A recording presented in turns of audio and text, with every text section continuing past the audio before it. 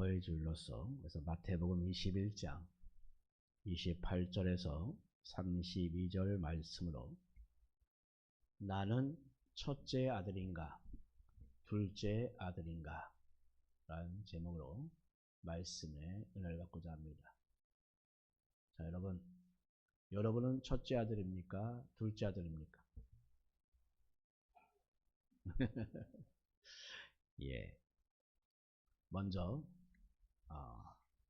6, 7세 아이를 키우는 엄마가 올린 글을 소개하고자 합니다. 밥 먹으라 하면 싫어. 옷 입으라 하면 싫어. 씻으라 하면 싫어. 무엇을 하라고 하면 무엇을 싫어하는 아이를 어떻게 해야 할까요?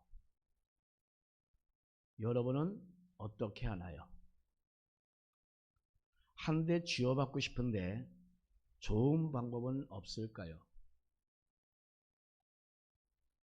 아이들의 이런 반항적인 모습은 대부분 다 비슷합니다. 특히 사춘기 때는 더욱더 그렇죠. 지금 현서가 사춘기인가요? 아니죠, 아직? 예. 예. 자, 그래서 아마 그래서 청개구리라는 동화가 나온 것 같습니다. 자, 옛날에 말썽꾸러기인 청개구리가 살았습니다. 이 청개구리는 엄마의 말을 듣지 않고 늘 반대로 했습니다. 일 좀 하자라고 하면 이 핑계 저 핑계 대며 빠져나가기만 일쑤했습니다. 자, 그런데 어느 날 엄마 개구리가 병이 들었습니다. 그래서 엄마 청개구리는 아들에게 강가에 묻어달라라고 이렇게 유언을 했습니다. 엄마가 하는 말을 항상 반대로 하는 아들의 그 심리를 생각해서 산에 묻어달라라는 뜻을 반대로 이렇게 이야기한 것입니다. 그러나 청개구리는 그동안 자기 자신의 잘못을 후회하며 엄마의 유언대로 강가에 묘지를 만들었습니다. 그런데 이후에 청개구리는 비가 오면 무덤이 떠내려갈 것 같아서 슬프게 우는 것이었습니다. 정말 말도 안 되는 그런 이야기지만 자식을 키우는 부모는 아마도 충분히 이해가 될 것입니다. 자, 그런데 이런 청개구리의 모습이 바로 아이들에게 있는 것만이 아닙니다. 나이를 먹어도 마찬가지인 사람들이 너무나도 많이 있어요.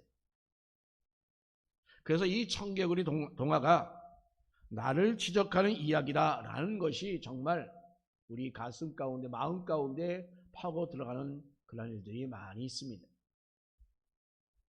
청개구리 이야기를 읽어보지 않은 분도 청개구리에 대한 이야기는 아마도 다 이미 알고 있을 것입니다. 특히 부모를 보내고 교도하지 못하는 것이 깨달아질 때에 이 청개구리 동화가 자신의 그 마음을 찌를 것입니다. 자, 여러분, 우리가 부모의 마음을 잘 알 것 같은데 정작 잘 모르는 것이 많습니다.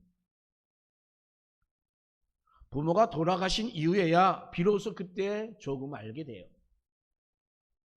이런 마음을 담은 것이 바로 이런 청개구리 이야기인데, 그런데 요즘에도 부모의 마음을 나타내는 그런 이야기들이 참으로 많이 있습니다. 또 한 가지 소개하면 10여 년 전쯤에 광고에 많이 나오던 이야기입니다. 시골에 사시는 그 부모님과 또 자녀 간의 전화 통화에서 시골 부모님 집에 보일러가 자주 고장이 나는데, 그런데 그 부모님은 괜찮다라고 하십니다. TV가 너무너무 오래돼서 지직지직 거리는데 그래도 볼만하다, 괜찮다라고 하십니다. 자, 여러분, 이게 정말로 괜찮다라고 하는 말입니까? 이것은 불편하니까 새로 바꿔달라라는 그런 이야기 아닙니까? 그런 또 하나 이야기합니다. TV를 보니까 여자어라는 말을 여러 번 들으면서 이 여자라는 말이 있다는 것을 알게 되었습니다. 이것은 뭐예요? 여자가 남친에게 하는 말 혹은 아내가 남편에게 하는 말이라는 것입니다. 자, 여러분, 나 살쪘지? 라고 말하면 이게 무슨 말일까요? 자, 그러면 뭐라고 대답해야 됩니까? 진짜 살쪘어도 아니라고 해야 되잖아요. 그죠? 예. 아, 몰라. 연락하지 마. 라고 하면 뭐래요? 진짜 연락하려면 이제 끝이야. 라는 얘기 아닙니까? 그죠? 자, 여러분에게 문제를 낼게요. 여자어입니다. 자, 두 부부가 지나가다가 아내가 저 여자 참 예쁘다 그치? 라고 물었어요. 그 남편은 뭐라고 대답해죠? 우리 김장로님 뭐라고 대답해야 돼요?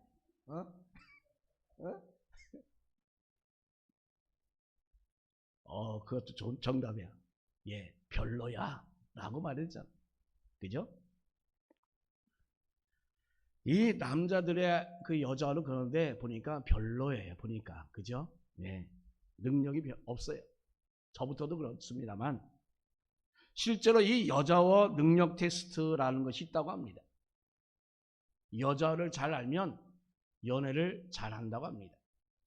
그리고 결혼한 사람은 결혼 생활이 참으로 평탄하다고 합니다. 자, 그런데 이 여자어를 전혀 모르면 연애하기가 힘들다고 합니다. 그리고 역시 결혼 생활도 피곤하다고 합니다.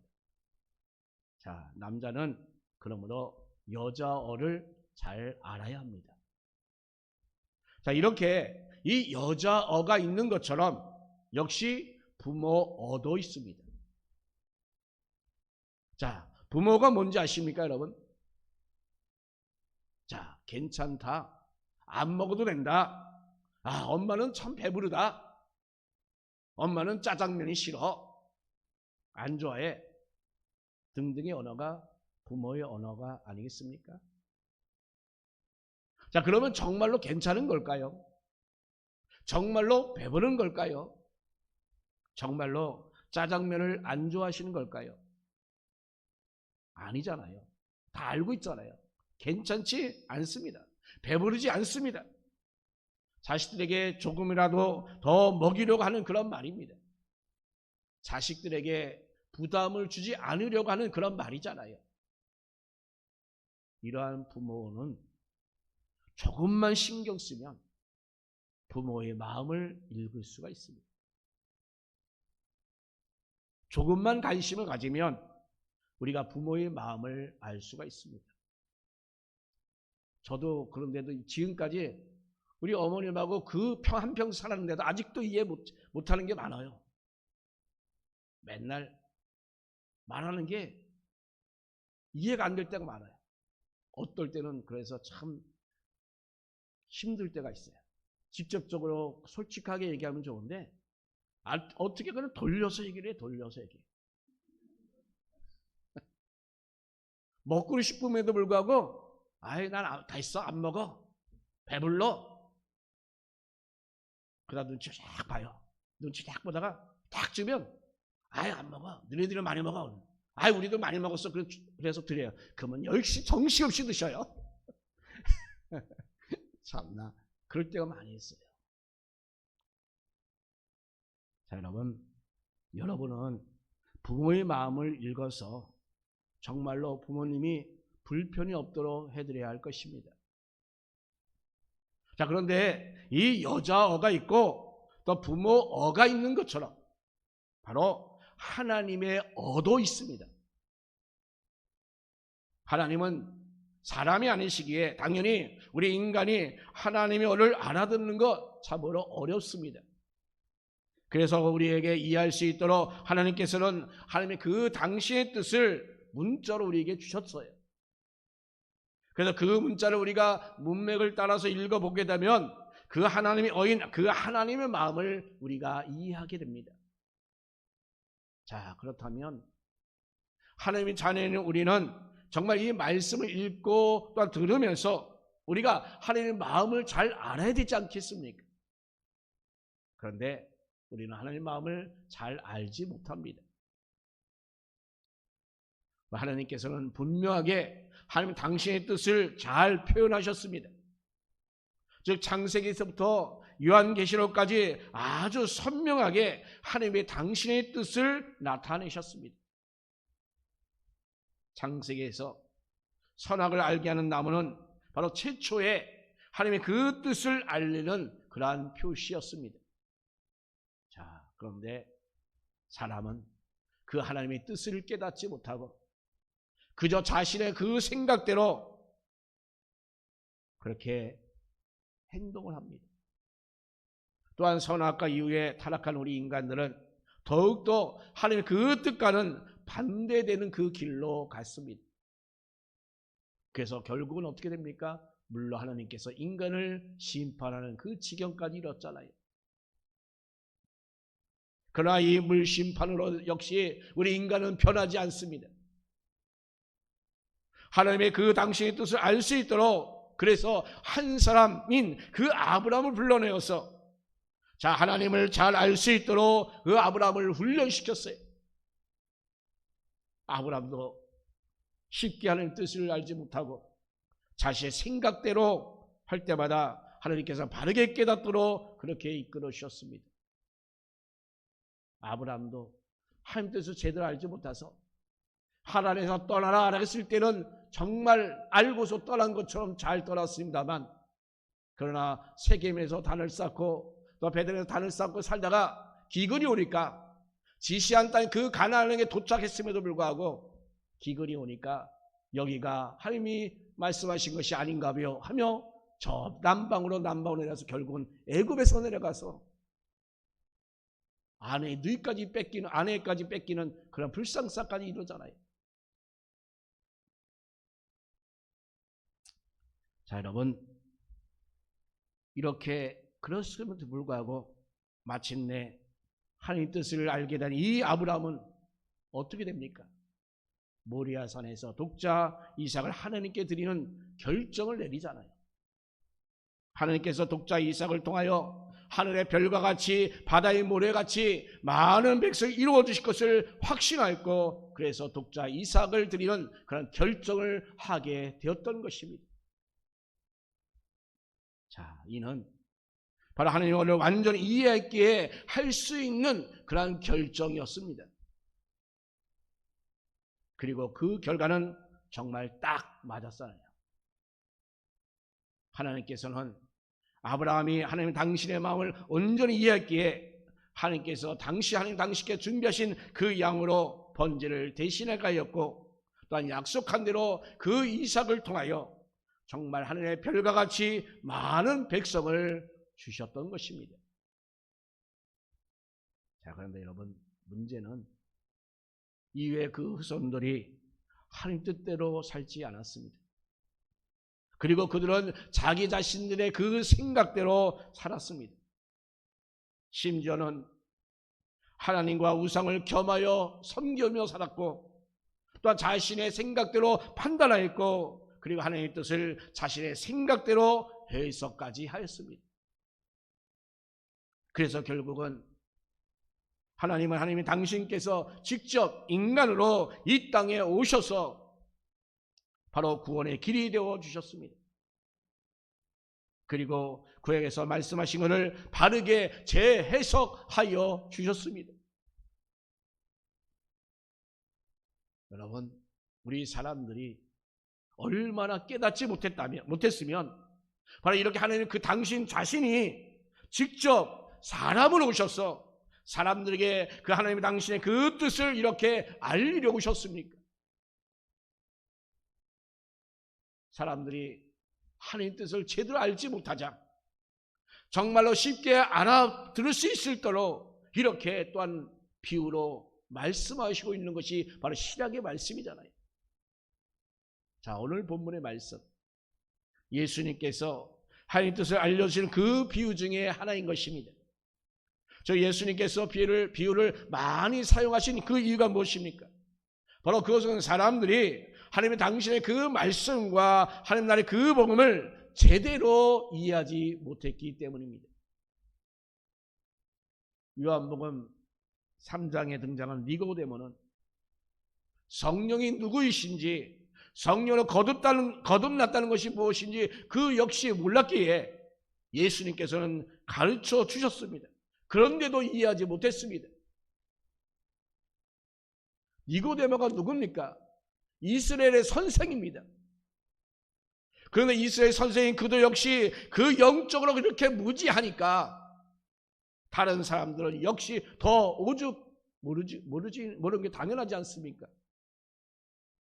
그래서 예수님은 이렇게 이 천국과 같은 그 영적인 실제를 말씀하실 때는 정말 사람들이 잘 알아들을 수 있어 이해할 수 있도록 이렇게 비유로 말씀하신 것입니다. 자, 오늘 본문에는 그래서 두 아들에 대한 비유가 나옵니다. 이 비유를 통하여 두 아들과 우리 자신을 한번 비교해 보시기 바랍니다. 나와 첫째 아들과 어떤 모습이 닮았는가? 또 나와 둘째 아들은 과연 무엇이 비슷한가를 우리가 살펴보면서 과연 나는 하나님의 마음을 얼마나 이해하고 있는가 우리는 깨닫는 이 시간 되기를 바랍니다. 자, 여러분, 오늘 비유의 말씀 보면 어떤 사람에게 두 아들이 있는데 맏아들에게 자, 얘야 오늘 포도원에 가서 일 좀 하라 라고 그렇게 말합니다. 그러자 예 아버지 가겠습니다 라고 하고는 그는 가지 않았어요.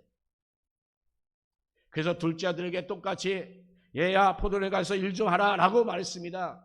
그러자 둘째 아들은 싫습니다 라고 말했다가 후에 뉘우치고 가서 일을 했습니다.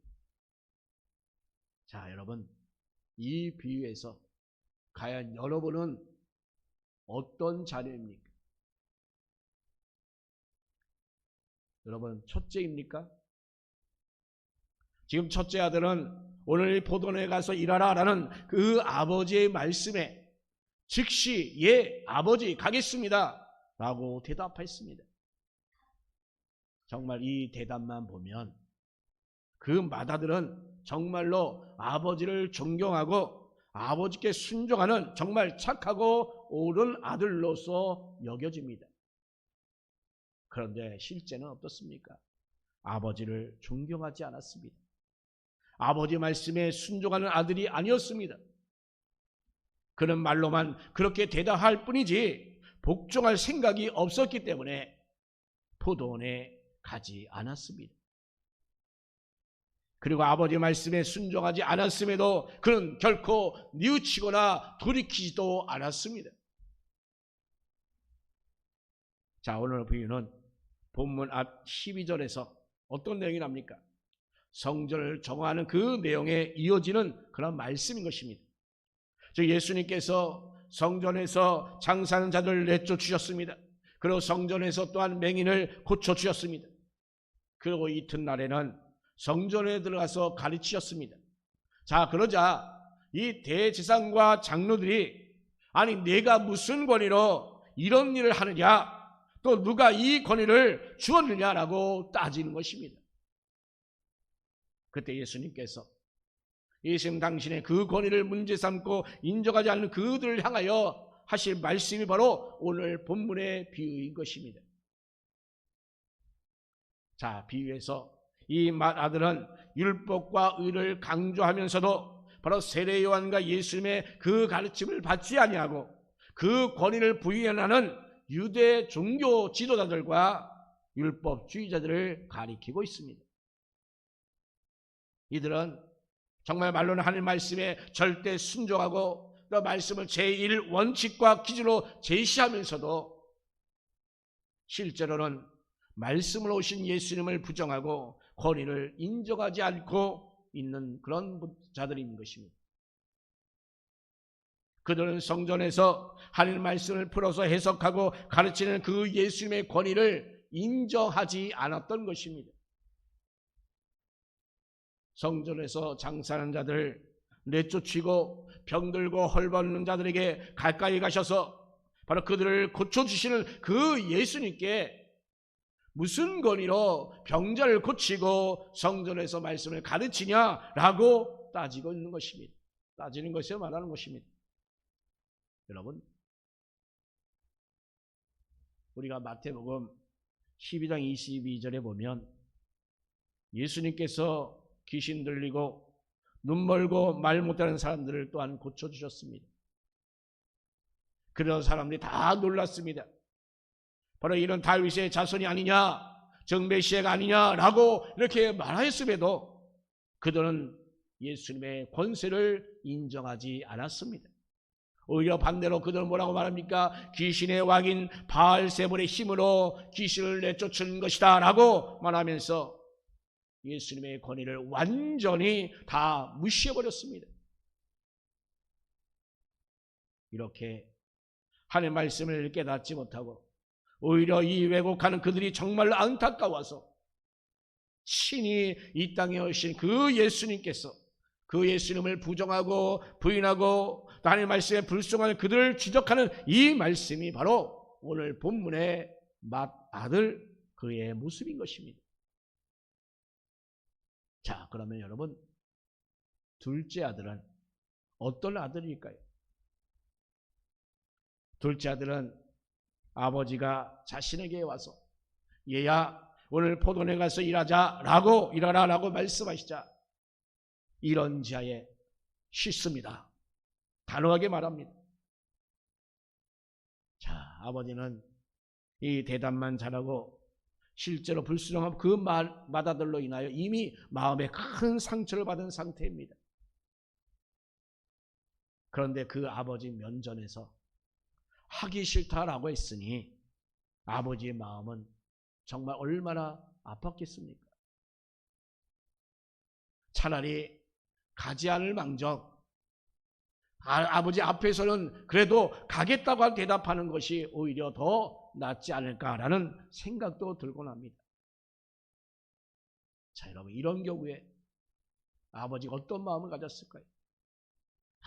무자식이 상팔자다라는 그러한 말이 나오지 않을까요? 자, 그러면 이 둘째 아들은 그러면 어떤 아들일까요?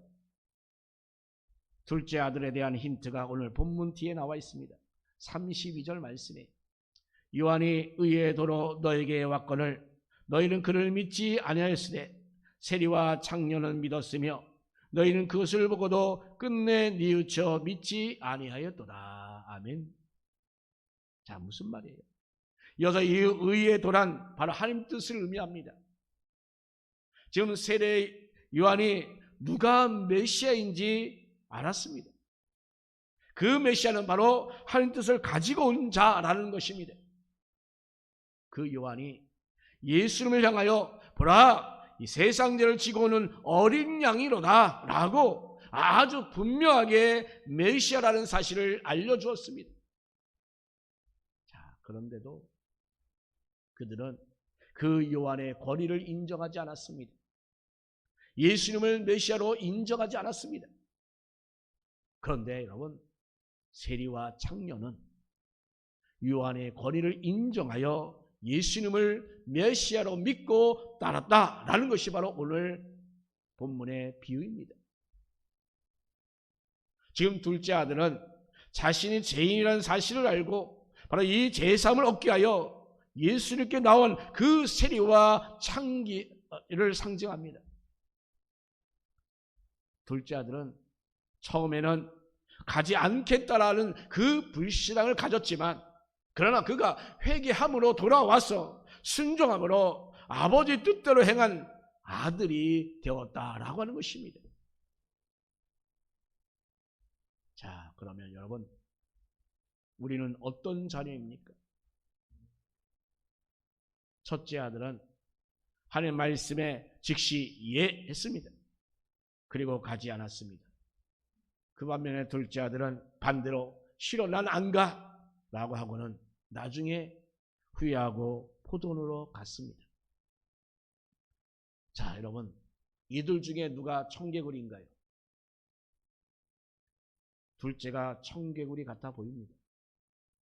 그 즉시는 싫어라고 말하는 사춘기 아이들과 똑같습니다. 그러나 그는 회개하고 갑니다. 즉시 예라고 대답하는 맏아들 보면 부모는 역시 맏아들이야 라고 아마 나도 그 당시 흐뭇했을 것입니다. 그러나 대답만 시원하게 했지 가지 않은 것을 알고는 부모는 더욱더 마음이 상했을 것입니다. 실제로 청개구리는 첫째 아들 아닙니까? 첫째 아들은 아버지의 마음을 이미 알았어요. 그래서 아버지의 말씀에 즉시 그는 그렇게 대답을 한 것입니다. 그런데 자신의 그 어떤 일 때문에, 자신의 어떤 그 생각 때문에 그는 말씀에 순종하는 마음이 바뀌어 버린 것입니다. 자, 여러분은 어떻습니까? 혹시 이 맏아들 같은 모습은 여러분에게 없습니까? 우리는 이런 아들이 되면 정말로 안 되겠습니다. 하나님 말씀에 우리가 예했으면 우리는 순종해야 합니다. 처음 믿은 그대로 우리는 정말로 변함없는 모습으로 정말 순종하고 충성하는 저와 여러분 되시기를 간절히 바랍니다. 역시 우리 부모에게도 역시 똑같습니다. 여러분은 부모에게 그러면 어떤 자녀들입니까? 둘째 아들이 맏아들보다 나은 것은 그 자기 자신의 그 말을 뉘우치고 포도원에 가서 일을 했기 때문입니다. 자, 여러분, 우리 가정에서 여러분 부모를 대할 때 어떻습니까? 며느리가 시어머니 대할 때 어떻습니까? 아니, 오늘 우리 한국 사회는 왜 시어머니가 말만 하면 먼저 꼬아서 생각합니까? 시어머니가 말만 하면 왜 안 좋은 부정적인 생각만 하고 투덜투덜 됩니까?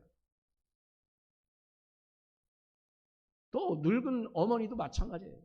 그 자녀들이 늙은 어머니가 이제 가실 때 다 됐잖아요. 남은 얼마나 남았습니까?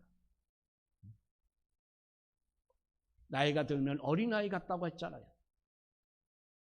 그 입에서 나오는 그 말들, 그 행동들 어찌 자녀로서 정말 이해가 되지 않을 때가 있어요. 저렇게 하면 안 되는데 라고 하는 그런 생각을 들 때도 있어요. 왜 그렇게 하지? 라고 하는 불만을 가질 수도 있어요. 그러나 여러분, 그럼에도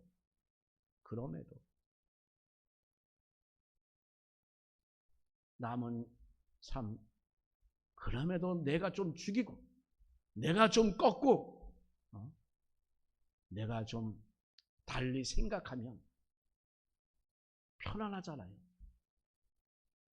내가 부정적인 생각, 내가 안 좋은 것을 꼬이면 본인도 불안하고 힘들고 그 가정은 암흑이 쫙 끼잖아요. 조금만 내가 참고 조금만 내가 이해하고 조금만 내가 넘어가면 만사가 형통이 되는데 왜들 그런지 오늘 한국 사회 가정을 보면 참으로 안타까워요. 여러분, 우리가 부모님께 경제적으로 물질적으로 도움을 드리는 것 정말 아주 귀한 효도입니다. 그런데 그보다도 더 중요한 것은 거기에 더해서 마음으로 순종하는 것. 그러면 그것이 바로 부모님을 공경하는 자녀가 되는 것입니다. 우리 마음부터 바꾸십시오. 마음부터 바꿔보십시오. 우리는 정말로 연약한 육신을 가지고 있어요, 사실. 그래서 우리는 첫째처럼 보기 좋게 체면 때문에, 의식 때문에, 어떤 그런 눈 때문에 예라고 말하고 있습니다만, 그러나 순종하지 못할 때가 우리 또한 역시 많이 있는 것 사실이에요. 여러분, 그러나 그렇다 할지라도 여러분, 우리의 마음을 조금만 바꿔서 한번 생각하고 조금만 바꿔서 여러분 한번 순종하시기 바랍니다. 우리가 둘째처럼 순간적으로 싫다고 말할 수도 있습니다만은, 그러나 여러분, 우리가 마음을 바꿔서 부모님께 순종하고 잘 공경하시기 바랍니다. 지금 이 두 아들의 나쁜 점은 다 버리십시오. 그리고 좋은 점만 행하여 부모님께 효도하는 그 자녀를 되기를 간절히 바랍니다. 그것이 바로 하나님이 우리에게 주신 그 마음 아닐까요? 예수님께서는 그 십자가상에서 자신을 모욕하고 조롱하고 죽이는 그들을 향하여 어떻게 했습니까? 용서를 구했잖아요. 우리의 마음, 부모를 대하는 우리의 마음들이 바로 그런 모습이 되는 것이 정말 그것이 하나님의 마음이에요. 하나님 주신, 우리에게 주신 그 사랑이 아니고 무엇이겠습니까? 오늘 이 시간 어버이주를 맞이해서 다시 한번 우리는 부모님께 정말 마음적으로 심적으로 진정 부모님께 효도할 수 있는 모든 자녀들이 되기를 예수님의 이름으로 축원합니다.